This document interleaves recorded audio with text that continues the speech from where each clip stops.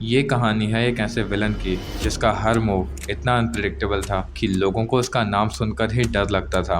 वो कभी चार्म से जीतता था तो कभी ब्रूट फोर्स से, कभी वक्त को अपना गुलाम बनाकर, तो कभी तुम्हारे ही कॉन्फिडेंस को तुम्हारे ही खिलाफ इस्तेमाल करके। और उसका नाम था डियो ब्रांडो, जिसके लिए विक्ट्री एक चॉइस थी, स्ट्रैटेजी नहीं। और हाँ, वीडियो के एंड में मैं रिवील करूंगा अगले कैरेक्टर का नाम, जो कभी फोर्ट्रेस के पीछे नहीं छुपा बल्कि हर अटैक के बीच में अपने आप को एक फोर्ट्रेस बनाया। तो वीडियो को अंत तक देखना, वरना तुम उस वॉरियर का नाम मिस कर दोगे। So this is the law 17 of 48 laws of power, और ये कहता है keep others in suspended terror, cultivate an air of unpredictability. जब लोग तुम्हारा नेक्स्ट मूव प्रिडिक्ट नहीं कर पाते, वो तुमसे ज़्यादा खुद से डरने लगते हैं, क्योंकि अनसर्टेनिटी एक साइलेंट किलर की तरह होती है जो सामने वाले के कॉन्फिडेंस को अंदर से खा जाती है। प्रिडिक्टेबिलिटी तुम्हारी पावर को कैंसिल करती है, लेकिन अनप्रिडिक्टेबिलिटी वो सामने वाले के दिमाग को सीधा फ्रैक्चर करती है। वो हर सेकंड ये सोचने लगता है कि इस बार ये क्या करेगा, कहाँ से वार करेगा, क्या मैं खुद को बचा भी पाऊंगा। और वहीं तुम्हारी जीत होती है। डियो ब्रांडो एक गरीब घर का टॉर्चर्ड लड़का था। चाहता तो वो हीरो बन सकता था, लेकिन उसने खुद ही ये डिसाइड किया था कि मैं दुनिया को बचाने नहीं, झुकाने आया हूँ। उसने जोनाथन के घर में घुस के उसकी फैमिली का हिस्सा बनने का नाटक किया। सबको लगा बेचारा है, बस थोड़ा ब्रोकन है, लेकिन अंदर से वो एक प्रेडेटर था जो असल में सबका डाउनफॉल पहले ही डिसाइड कर चुका था। फिर आता है जाव वरुडो और सबका समय रुक जाता है। जोतरो, पोलनरेफ, जोसेफ, सबके सब फ्रीज, कोई क्लू नहीं, कोई मूवमेंट नहीं। एक ही सेकंड में वो अंडरडॉग से गॉड बन चुका था। ये बैटल नहीं थी, ये एग्जीक्यूशन था। डियो ने अपनी अनप्रिडिक्टेबिलिटी के थ्रू खौफ बनाया। कभी चार्मिंग स्माइल देता था तो कभी डिमोनिक रेड से दुनिया जला देता था, कभी लॉजिक दिखाता था तो कभी प्योर मैडनेस। वो एक ह्यूरिकन था जिसका सिर्फ एक ही पैटर्न था, टोटल डिस्ट्रक्शन। डियो ने दुनिया को दिखाया कि पावर का असली सोर्स ब्रूट फोर्स नहीं, मेंटल अनप्रिडिक्टेबिलिटी होती है। वो सिर्फ फाइट नहीं करता था, वो लोगों का रिदम तोड़ देता था। और जब सबको ये लगने लगता था कि वो डियो को समझ चुके हैं, तभी वो कुछ ऐसा करता था जो पूरा गेम ही पलट देता था।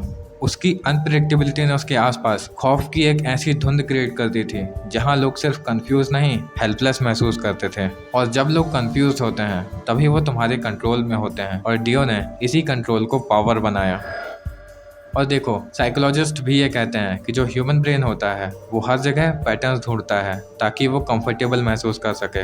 लेकिन जब कोई इंसान सारे पैटर्न्स तोड़ देता है तो दिमाग काम करना बंद कर देता है और फ्लाइट या फाइट मोड में चला जाता है। और डियो ने हमेशा यही किया। वो लोगों को मेंटली इतना तोड़ देता था कि वो सोचने लगते थे कि गलती मेरी ही है, मैं ही कमज़ोर हूँ। और जब दुश्मन खुद पे ही डाउट करने लगता है तब तुम बिना कुछ किए ही जीत जाते हो।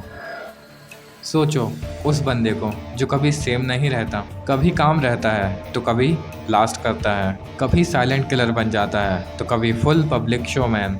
ऐसे लोग सबसे खतरनाक होते हैं क्योंकि तुम उनके लिए कभी तैयार ही नहीं होते। चाहे जॉब हो, रिलेशनशिप हो या फिर पॉलिटिक्स, जो बंदा पैटर्न तोड़ता है वही सबसे बड़ा गेम चेंजर बनता है। प्रिडिक्टेबल लोग सेफ खेलते हैं, लेकिन अनप्रिडिक्टेबल लोग इतिहास लिखते हैं। अगर तुम प्रिडिक्टेबल हो तो लोग तुम्हें कंट्रोल करेंगे, लेकिन अगर तुम अनप्रिडिक्टेबल हो तो लोग तुमसे डरेंगे भी और तुमसे सीखने के लिए मजबूर भी हो जाएंगे। और डियो ब्रांडो ने ये बहुत अच्छे से प्रूव किया कि इंसान तभी तक खतरनाक होता है जब तक वो अनप्रिडिक्टेबल होता है। और जब लोग किसी इंसान को समझने में नाकाम हो जाते हैं तो वो इंसान इंसान नहीं रह जाता, वो एक मॉन्स्टर बन चुका होता है। और अगर तुमने साइकोपाथ देखी है तो तुम शोगो माकिशिमा के बारे में तो जानते ही होगे। वो कभी कामली डॉस्टोवेस्की कोट करता था और अगले ही पल किसी का गला काट देता था। वो अनप्रिडिक्टेबल नहीं था, वो एक प्रॉपर पोएटिक क्योस था। और जब कोई लॉजिक पर नहीं, डर पर रिएक्ट करता था, तभी माकिशिमा जीत जाता था।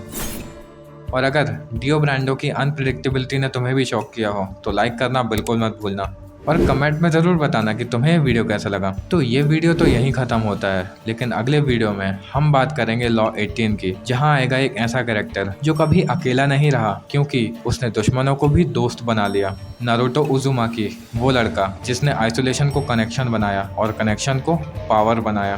तो मिलते हैं अगले एपिसोड में, तब तक के लिए याद रखो, प्रिडिक्टेबिलिटी तुम्हें वीक बनाती है, लेकिन अनप्रिडिक्टेबिलिटी तुम्हें क्योटिक बनाती है।